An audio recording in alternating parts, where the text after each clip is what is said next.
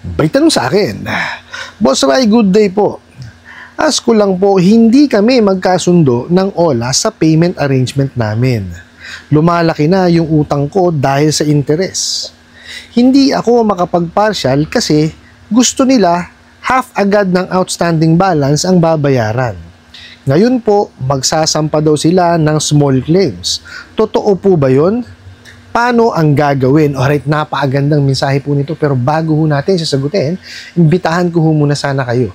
Napakisuportahan po sana ang aking mga social media accounts sa YouTube, Facebook, and TikTok. Dito po sa ating video, alamin natin gaano katotoo yung sinasabi nila na magsasampa na lang sila ng kasong small claims. Kasi nga, hindi kayo magkasundo dun sa sa payment arrangement no? So, yun po yung aalamin natin ngayon. Pero bago ho yan, disclaimer po muna.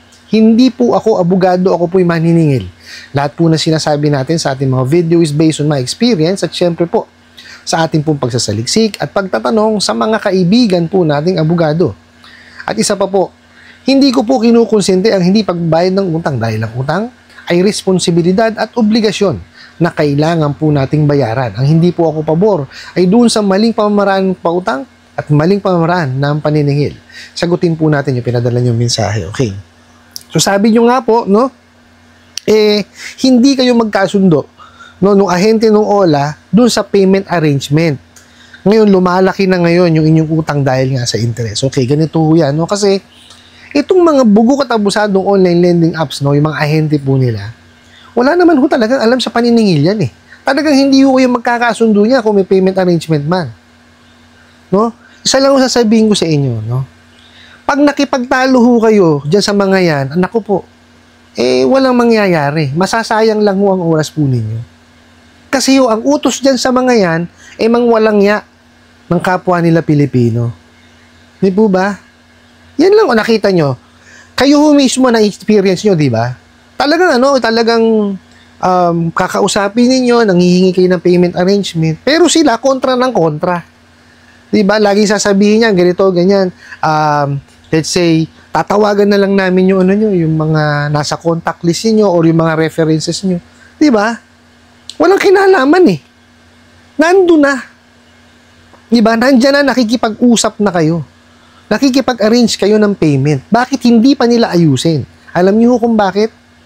Kasi walang credit and collection policy ang mga yan. Walang structure yang mga yan. Okay? Walang mga payment options talaga yang mga yan. Kaya ang alam lang ho yan, pag nagbayad kayo ng partial, dun mapupunta yan sa interest. Wala hong ibabawas yan sa utang ninyo. Di po ba? Kaya huwag nyo hong babalaki na mag-partial sa mga bugok na yan. Tapos yan sinasabi po, di ba, kalahati kagad ng outstanding balance ang gusto. Pag binayaran nyo ho yan, sisiguraduhin ko sa inyo, walang mababawas dun sa utang ninyo. Sa principal, kalokohan. Napakarami na ho nating mga kababayan ang nagsasabi niyan. Napakarami ko na hong na-receive na message na ganyan. Magbabayad sila ng partial. Wala napupuntahan. Sa interest lang napupunta. Ganyan ka, walang yayang mga yan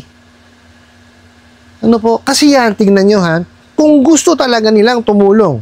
Yung sinasabi nila, kasi pagka nare-read yung mga yan, di ba, sasabihin hindi kami nangaharas.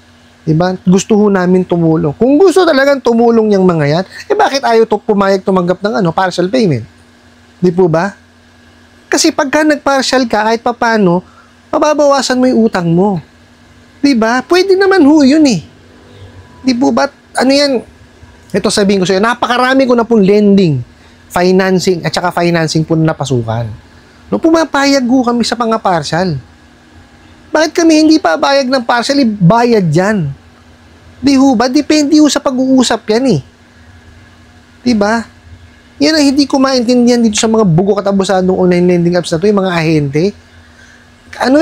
Kaya ako, alam ko sa sarili ko na wala talagang alam sa paniningil yan. Talagang yan, nadampot lang sa labas yan. Marunong ka sumagot ng telepono, tumawag ka. Ganun ho ang ginagawa niya mga yan di po ba? So instead na nakakatulong sila, wala. Sakit pa ng ulo abutin nyo, iinit pa ulo ninyo, mabubwisit lang kayo, di po ba? Tsaka yan mga yan, kausapin mo ngayon, iba ho sasabihin yan. Sigurado po yan. Napakarami ko na kasi ito ho marami ho kasi sa ating mga mga nanonood, no. Papadala ho ng sa akin ng message, no. Lahat ho yata ng mensahe no napapadala. So, syempre, pinadala ho, babasahin ko, di ba?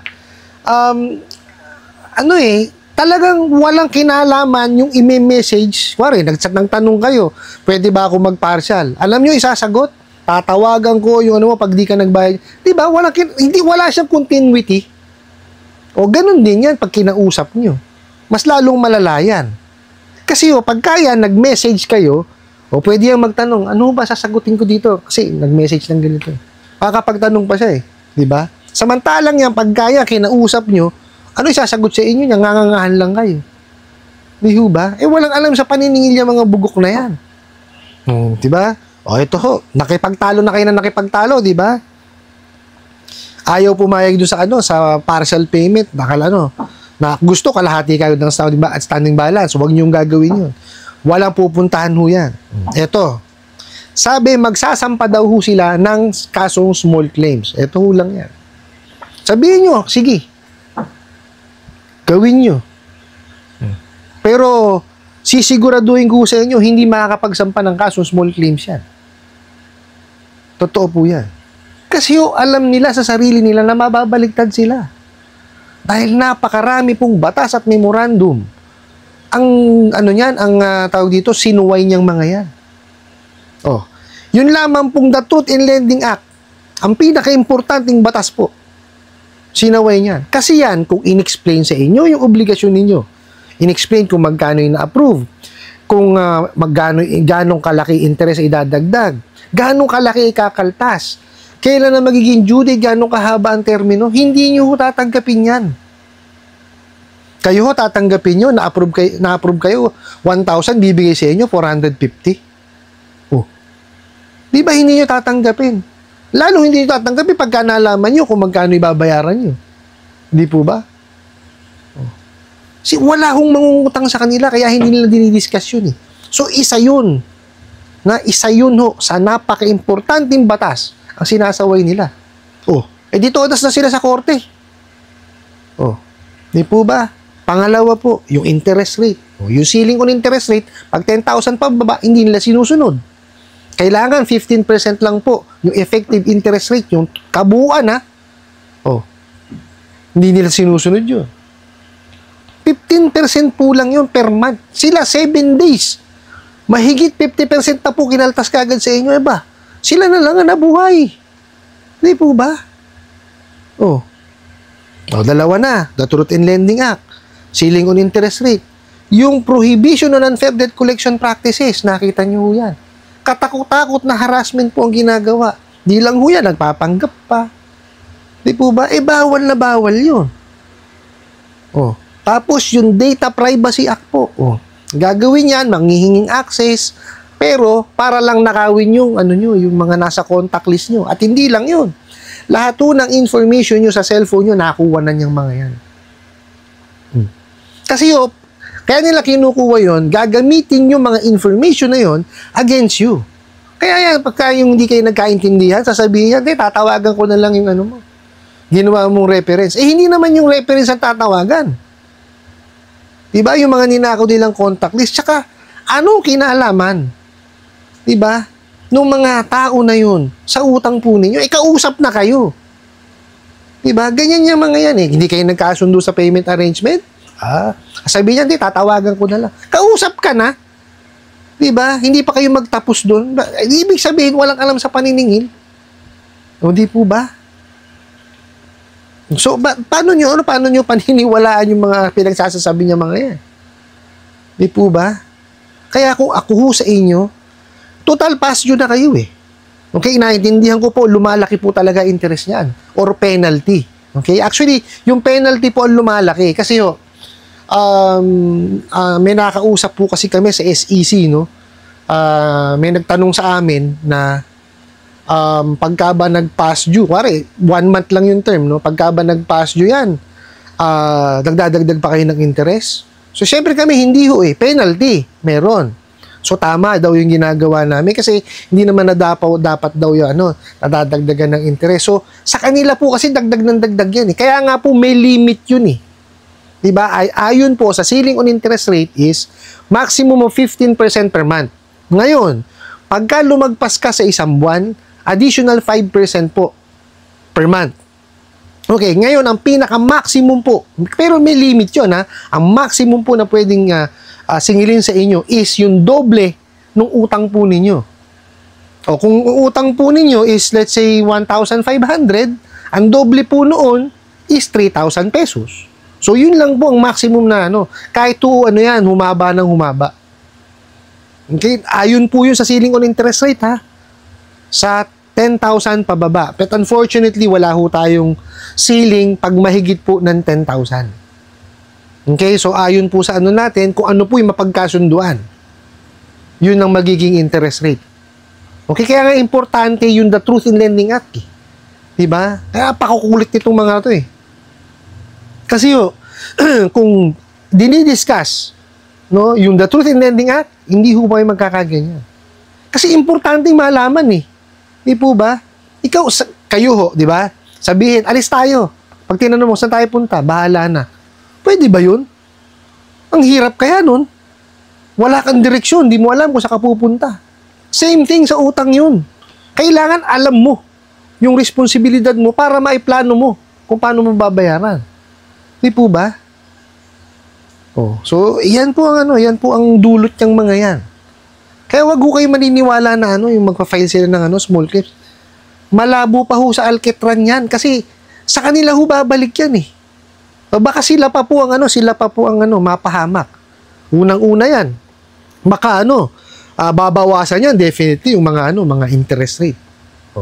Italo na kagad sila. Di ba?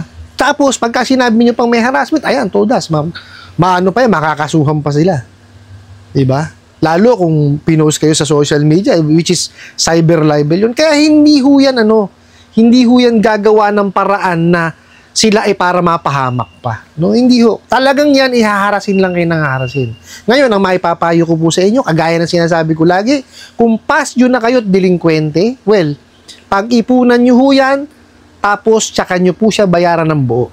And itabi nyo yung inyong proof of payment. Ngayon, kung may parating pa lang ang due date ninyo at meron naman talaga kayong pera, bayaran nyo na lamang po.